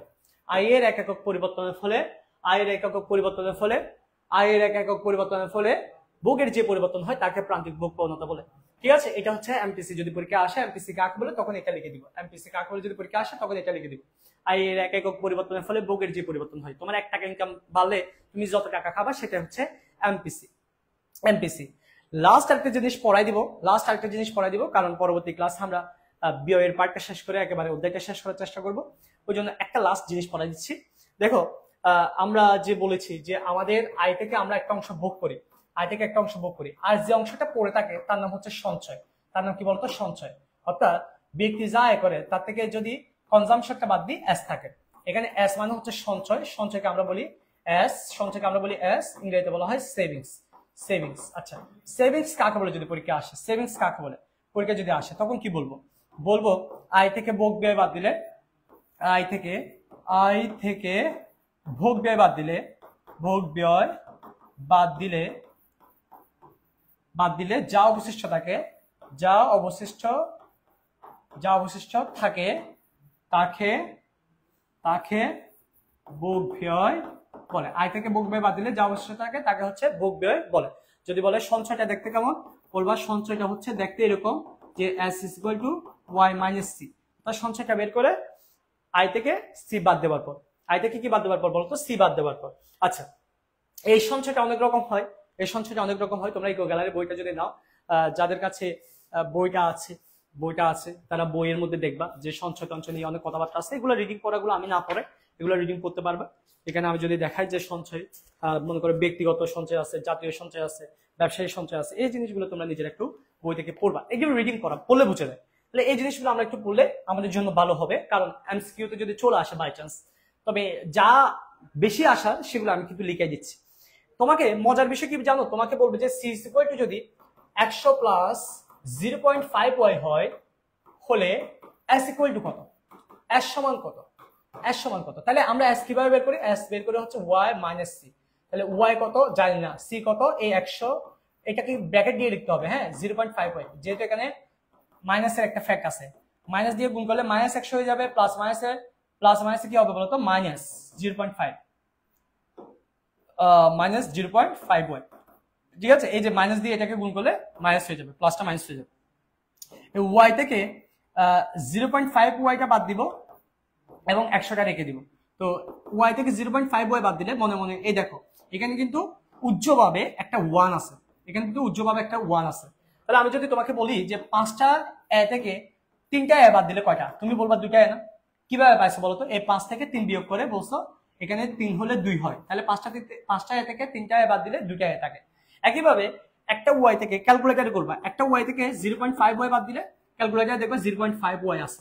অনেকে জিজ্ঞেস করে স্যার এটা কোথা থেকে আসছে, এটা হচ্ছে বাবা তুই ক্যালকুলেটরে যেমন এই 5টা থেকে 3টা বাদ দিয়ে 2টা a বলস, একইভাবে এখানে y এর পাশে একটা 1 আছে, 1 থেকে 0.5 বাদ দিলে 0.5 হয়। এই জিনিসটাকে একটু সাজায় লিখলে এভাবে হয়, মানে এভাবে করে লিখতে হয় যে প্যান্টের জায়গায় প্যান্ট, শার্টের জায়গায় শার্ট করতে হয়, অর্থাৎ জিনিসটার সংখ্যাটা আগে এবং স্বাধীন চলকটা সবার শেষে লিখতে হয়। এগুলো হচ্ছে পজিশন, এটা হচ্ছে ধ্রুব, আর এটা হচ্ছে স্বাধীন চলক, এটা হচ্ছে অধীন চলক, এটা হচ্ছে ওদের পজিশন। তাহলে এই জিনিসটা হচ্ছে আমাদের সঞ্চয়, তাহলে আমরা সি থেকে কিভাবে এস বের করতে হয় সেটা শিখে ফেললাম, শিখলাম। মজার বিষয় হচ্ছে এত বড় যদি আমরা এই লাইনটা করতে না চাই, দুই লাইনে করা সম্ভব। দুই লাইনে দেখো, দুই লাইনে কিভাবে করতেছি দেখো, দুই লাইনে কিভাবে লিখতেছি দেখো। সি ইজ ইকুয়াল টু যদি 100 প্লাস 0.5y হয় তাহলে s ইকুয়াল টু কি হবে জানো, একটু খেয়াল করো তো। এই যে সি এর 100টা এখানে কি হয়ে গেছে, একটু খেয়াল করো তো। এই যে সি এর 100টা এখানে কি হয়ে গেছে, -100, তাহলে এই 100টা -100 হয়ে যাবে। প্লাস এই যে এখানে ওয়াইটা কত হয়ে গেছে 0.5, কেমনে পাইছি, এই একটা থেকে 0.5, অর্থাৎ এখানে যা থাকে 1 থেকে 0.5 এই ওয়াইটা লিখে দেব, অর্থাৎ 1 থেকে বিয়োগ, অর্থাৎ -100 প্লাস 1 থেকে বাদ দিলে 0.5 হয়। দেখো দুই লাইনে শেষ, আমাদের দুই লাইনে শেষ। দেখছো, আমি যদি আরেকটা দিই দেখো, c is equal to 100 plus 0.7y বললো, ঠিক আছে। তাহলে s equal to কত হবে দেখো তো, এই 100টা কি হবে -100, ঠিক আছে, প্লাস এইখানে 1 থেকে 0.7 বিয়োগ, 1 থেকে 1টা কোত্থেকে আসছে বোঝার দরকার নাই। এই যে 1টা এখানে y থেকে এটা বাদ দিলে এখানে একটা 1 অটোমেটিক ভিতরে পড়ে থাকে, তো এই জিনিসটা হচ্ছে এখান থেকে আসছে। এটা হচ্ছে -100, এই ক্যালকুলেটর এটা যদি করো 0.3y, এখানে 1টা হচ্ছে মাস্ট, এখানে হচ্ছে 1টা, এই 1টা হচ্ছে আমাদের কোথায় থেকে আসবে, এটা ম্যাথমেটিক্যালি আসবে। অর্থাৎ এই জিনিসটা কিরকম আমি তোদেরকে বলবো, এই জিনিসটা হচ্ছে এরকম, c is equal to যদি a plus by হয়, s equal to -a plus 1 minus by, বুঝছো, c is equal to a plus by হলে s equal to কি বলতো, -a plus 1 minus by, এইভাবে করে আসছে। এই যে b মানে কত বলতো, b মানে 0.7, এই 0.7টা এখানে বাদ গেছে, 1 minus 0.7 by, এভাবে করে জিনিসটা আসে। তাহলে আমরা কি বুঝলাম বলতো, s দেওয়া, c দেওয়া থাকলে s টা আমরা ইজি বের করতে পারবো, সেটা চাইলে যদি এরকম লাইন বাই লাইন বের করতে চাই বের করতে পারবো। এটা হচ্ছে বৃহৎ আকারে, আর এটা হচ্ছে কয় লাইনে, এটা হচ্ছে দুই লাইনে, দুই লাইনের সিস্টেমটা কি, এই s equal to minus a plus 1 minus b হয়, এভাবে করে মনে রাখলে হচ্ছে। তাহলে সঞ্চয় এবং ভোগ এই দুইটা জিনিস পড়াই দিচ্ছি। এই দুইটা জিনিস দেখো অনেকগুলো পড়া পড়ে ফেলছি, এই যে কত সুন্দর এত জিনিস, সুন্দর সুন্দর জিনিস পড়ছি। সামগ্রিক ব্যয়ের উপাদান কি, সামগ্রিক ব্যয় কিভাবে বের করে, ভোগ ব্যয় কাকে বলে, ভোগ ব্যয় কয় ধরনের, ভোগ অপেক্ষক কয় প্রকার, ভোগ অপেক্ষক গুলা কি কি, এবং রেখা কি ধরনের হয়, ও দেখো কত জাকানাকা জাকানাকা। ভোগ অপেক্ষকের মধ্যে সি কি, এ কি, তারপর হচ্ছে সঞ্চয় কি, আর থেকে ভোগ বাদ দিলে সঞ্চয় কি, তারপর হচ্ছে সঞ্চয় কিভাবে বের করে, সবকিছু লিখে দিচ্ছি, সবকিছু লিখে দিচ্ছি। এবার তোমাকে যদি আমি বলি যে এখান থেকে একটা সঞ্চয় রেখা আঁকো, এখান থেকে যদি একটা সঞ্চয় রেখা আঁকতে বলে তাও পারবা, এখান থেকে যদি সঞ্চয় রেখা আঁকতে বলে তাও পারবা। দেখো আমি তোমাদেরকে একটা এঁকে দেখাই।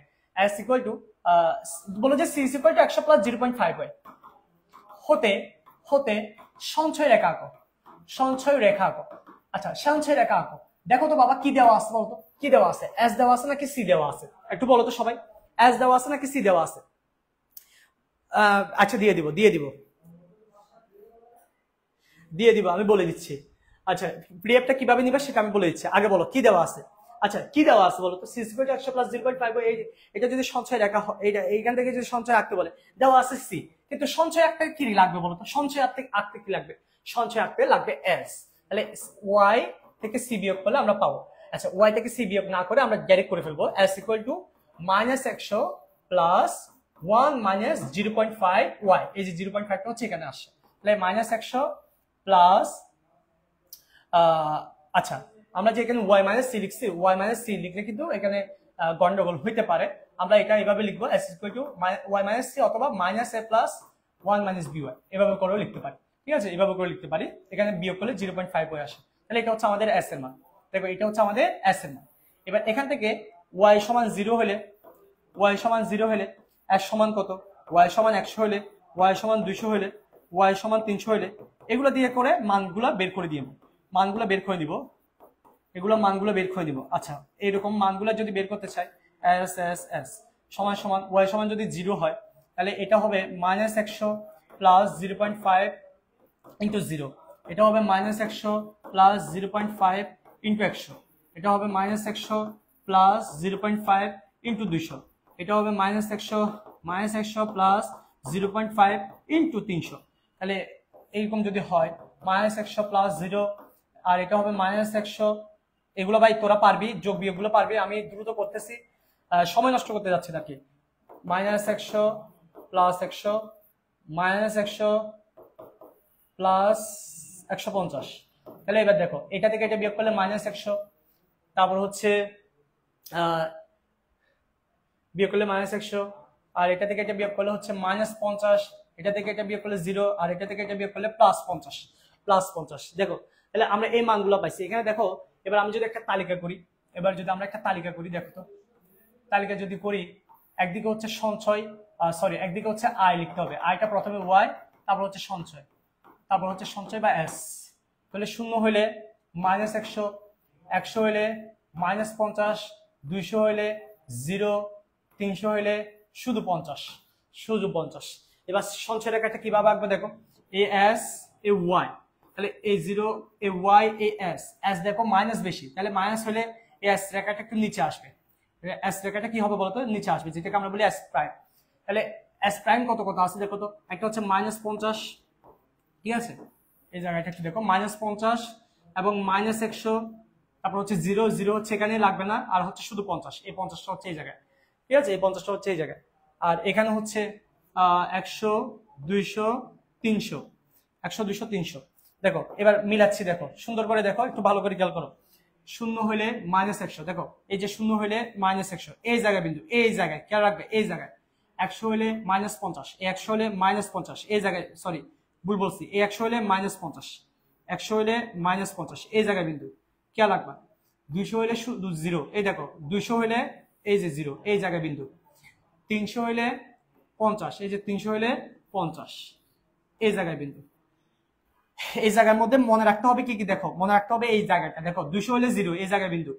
এই 0 হলে মাইনাস 100, এই যে 0 হলে মাইনাস 100, এই 100 হলে 50, এই জায়গায় এই 100, এই 200, এই 300, ঠিক আছে। তারপর এই 200 হলে 0, দেখো 200 হলে এই 0 থেকে 200, এই 50 থেকে 300, এই যে 50 থেকে 300, এবার বিন্দুগুলো যোগ করে দাও, এটা থেকে এটা, এটার সাথে এটা, এটার সাথে এটা, তাহলে এই বিন্দুগুলো যোগ করলে, এই বিন্দু যোগ করলে আর যোগ করলে যেটা পাই সেটা হচ্ছে, এটা হচ্ছে এস রেখা, এটা হচ্ছে এস রেখা, সঞ্চয় রেখা। তাহলে দেখো সঞ্চয় রেখা আঁকা শিখলাম, সবকিছু শিখলাম, সবকিছু শিখলাম, সবকিছু শিখলাম। সবাই বুঝতে পারলে একটা ইয়েস লিখেন তো, জাস্ট এত কষ্ট করে যে পড়াই দিলাম, সবকিছু পড়াই দিলাম, বুঝতে পারলে সবাই একটু ইয়েস লিখেন তো। ওইগুলো নিবো, 10টা প্রি ক্লাসগুলো নিবো রে ভাই, তুই টেনশন করিস না। এগুলো আমি একটু আমার পরীক্ষা তরিকা দিয়ে একটু আছি, ওই জন্য এটা নিচ্ছি না। তাহলে এত কিছু বুঝছো কিনা বলো, এত কিছু যে পড়ালাম, এখানে 12টা স্লাইড হয়ে গেছে, দেখো কত জিনিস পড়াই দিলাম ভাই রে। এই জিনিস কে পড়ায়, এত পড়া, এত পড়া কে পড়ায় ফ্রিতে, ঠিক আছে? তো এত কিছু পড়ালাম, দিন শেষে শুধু একটাই চাবো যে তোমাদের বন্ধু বান্ধবদেরকে জানিয়ে দিবা যে ক্লাসগুলো যে হয়, অডিয়েন্স খুব কম, তারপরে পড়াচ্ছি কেন, তোমরা যাতে উপকৃত হইতে পারো দিন শেষে। সো আই হোপ সবাই ভালো করবা পরীক্ষায়, এই আশা রাখি আসলে। তাহলে তোমাদের কি উত্তরাত্তর কামনা করে আজকের ক্লাসটা শেষ করবো। জাস্ট আমি তোমাদেরকে এই যে সামগ্রিক ব্যয়ের মধ্যে যে উপাদানগুলো আছে সি আর জি এক্স এম, এগুলোর মধ্যে যে উপাদানগুলো আছে, জাস্ট আজকে সি নিয়ে কথা বলছি, নেক্সট ক্লাসে এগুলো নিয়ে কথা বলবো। এবং এখানে আরেকটা লাস্ট আইটেম আছে, সেটা হচ্ছে ভারসাম্য জাতীয় আয়। এই ভারসাম্য জাতীয় আয় নিয়ে কথা বলবো। অনেকেই শুধুমাত্র এই ভারসাম্য জাতীয় আয়টা পড়ে, বেসিক গুলো পড়ে না, তাহলে প্যারাগাই যাবে, ঠিক আছে? ভারসাম্য জাতীয় আয়টা একদিনের কাজ, 10 মিনিটের কাজ। বাট তুমি যদি এমসিকিউ এবং সিকিউ দুইটাতে এক্সপার্ট হয়ে চাও, এবং যারা এক্সপার্ট আছে তারা সবকিছু পড়ে এবং সবকিছু পড়ায়, যারা এক্সপার্ট না তারা আসলে অল্প অল্প পড়ে। তাহলে আমরা যেহেতু সবাই ভালো করতে চাই, obviously we have to B expert on economics. সাবজেক্টের আগে অন বসে নাকি ইন ইকোনমিক্স, আমি মনে নাই। আচ্ছা যাই হোক, ভুলভাল বলে ফেলতেছি। সো সবাই আই হোপ ক্লাসটা এনজয় করছো। প্রয়োজন হলে যদি এই ক্লাসের তোমাদের যদি এই ক্লাসের, এটা কেন লিখলাম, এটা তো আমাদের দরকার নেই, এই স্লাইডটা আমাদেরকে বাদ দিয়ে দিতে হবে। Okay, are sure you want to delete? Yes, okay delete করে দিলাম। আচ্ছা এই জিনিসটা কি ডিলিট হইলো না? Delete, are you sure? Okay okay, ঠিক আছে। যাদের এই স্লাইডটা লাগবে, এগুলো পেজে দেওয়া যায় না, এইগুলো পেজে দেওয়া যায় না, জাস্ট তোমরা আমাকে একটা নাম্বার দিয়ে দিচ্ছি, এই নাম্বারে হোয়াটসঅ্যাপ করবে। জাস্ট এটাতে যদি হোয়াটসঅ্যাপ করো, জাস্ট নাম্বারটা দিয়ে দিচ্ছি 1628। সবাই এই নাম্বারে হোয়াটসঅ্যাপ করবো, তাহলে পিডিএফটা দিয়ে দিব, ঠিক আছে? সবাই আবার বাসায় নোটটা করবা সুন্দর করে। নোটটা করার পর এখান থেকে যদি নাও, এই হোয়াটসঅ্যাপে নক দিলে আমি তোমাদেরকে দিয়ে দিব, এবং নেওয়ার পর এই জিনিসটা সুন্দর করে নোট করে বাসায় আবার পড়বা। বাসায় সুন্দর করে জিনিসগুলো লাইন বাই লাইন পড়বা। দেখো এগুলো কিন্তু মোস্ট ইম্পর্টেন্ট কথা বলছে, কিন্তু তোমরা যদি গুরুত্ব না দাও, দিন শেষে তোমরাই ঠুকবা, আমাদের কিছুই যায় আসে না, ঠিক আছে? হিউজ স্টুডেন্ট পড়ালেখা করতেছে, সবাই পড়তেছে, সো তোমরা যদি না পড়ে এটা তোমাদের বৃথা। তো সবাই ভালো থেকো, সুস্থ থেকো, দেখা হচ্ছে। দিয়ে দিছি অপশন দিয়ে দিছি, কিভাবে পিডিএফ পাবে সেটা বলে দিছি। ওকে ওকে ওকে, ঠিক আছে। সবাই ভালো থেকো, সুস্থ থেকো, দেখা হবে পরবর্তী ক্লাসে। Tata, bye bye.